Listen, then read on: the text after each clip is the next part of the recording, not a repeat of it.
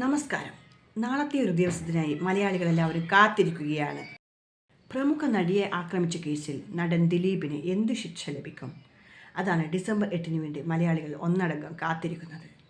അപ്പോൾ ദിലീപ് ശരിക്കും കുറ്റക്കാരനാണോ? ഏതായാലും നാളത്തെ വിധിയിൽ അത് അറിയാൻ പറ്റുമെന്ന് നമുക്ക് പ്രതീക്ഷിക്കാം. എന്നാൽ ഇപ്പോൾ പ്രധാനമാകുന്ന അല്ലെങ്കിൽ പ്രചരിക്കുന്ന കേസ് എന്താണെന്ന് വെച്ചാൽ, നടിയെ ആക്രമിച്ച കേസിൽ കേസ് അട്ടിമറിക്കാൻ വ്യാജ വാട്സപ്പ് ഗ്രൂപ്പ് തുടങ്ങി. ദിലീപിനെതിരെ ഗുരുതര കണ്ടെത്തൽ. നടിയെ ആക്രമിച്ച കേസിൽ അന്വേഷണം അട്ടിമറിക്കാൻ വേണ്ടി ദിലീപ് വ്യാജ വാട്സപ്പ് ഗ്രൂപ്പ് നിർമ്മിച്ചുവെന്നാണ് അന്വേഷണ സംഘം. ദിലീപിനെ പൂട്ടണം എന്നാണ് വാട്സപ്പ് ഗ്രൂപ്പിൻ്റെ പേര്. എന്നാൽ തനിക്കെതിരെ ഗൂഢാലോചന നടക്കുന്നുണ്ടെന്ന് വരുത്തി തീർക്കാനായിരുന്നു ഇത്. മഞ്ജു വാര്യരുടെയും ADGP സന്ധ്യയുടെയും വ്യാജ പ്രൊഫൈലുകൾ ഉൾപ്പെടുത്തിയായിരുന്നു ഗ്രൂപ്പ് തുടങ്ങിയത്. താൻ കേസിൽ അന്യായമായി പ്രതി ചേർക്കപ്പെട്ടതാണെന്ന വാദം ബലപ്പെടുത്താനാണ് വ്യാജ ഗ്രൂപ്പ് ഉണ്ടാക്കിയതെന്നാണ് അന്വേഷണ സംഘത്തിൻ്റെ കണ്ടെത്തൽ. തൻ്റെ കേസിൽ അന്യായമായി പ്രതി ചേർക്കപ്പെട്ടതാണെന്ന വാദം ബലപ്പെടുത്താനാണ് ദിലീപ് വ്യാജ വാട്സപ്പ് ഗ്രൂപ്പ് ഉണ്ടാക്കി എന്നതാണ് അന്വേഷണ സംഘത്തിൻ്റെ വിലയിരുത്തൽ.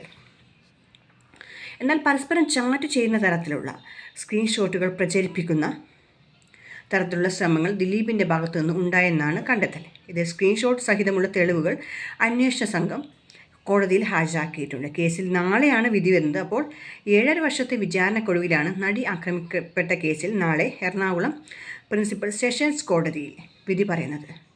ആകെ 10 പ്രതികളാണുള്ളത്. ബലാത്സംഗ കൊട്ടേഷൻ ഗൂഢാലോചന നടത്തിയത് 8ാം പ്രതി ദിലീപ് എന്നാണ് അന്വേഷണ സംഘത്തിൻ്റെ കണ്ടെത്തൽ. 1ാം പ്രതി പൾസർ സുനിക്ക് 1.5 കോടിയുടെ കൊട്ടേഷനാണ് ദിലീപ് കൊടുത്തത് എന്നാണ് പുറത്തുവരുന്ന വിവരം.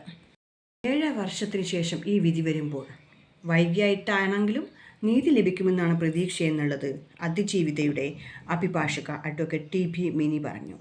ഗൂഢാലോചന എന്തായാലും തെളിയുമെന്നാണ് അഭിഭാഷക പറയുന്നത്. നടിയെ ആക്രമിച്ച കേസിൽ നാളെ വിധി വരുമ്പോൾ ഗൂഢാലോചന തെളിയുമെന്ന് അതിജീവിതയുടെ അഡ്വക്കേറ്റ് TB മിനി പറഞ്ഞു.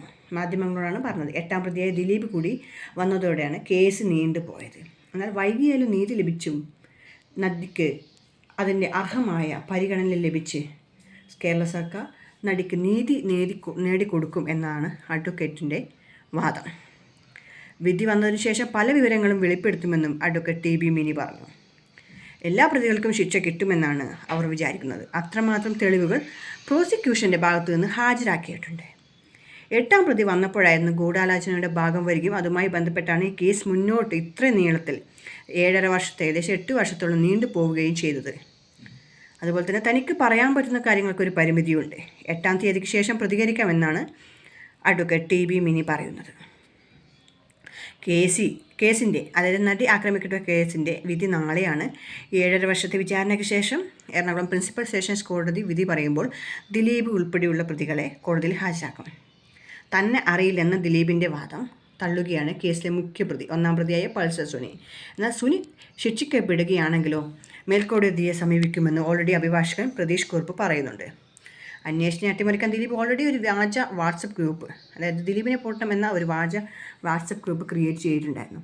അപ്പോൾ ഏതായാലും എത്രത്തെ ക്രിയേറ്റ് ചെയ്താലും ദിലീപ് എന്ന വ്യക്തി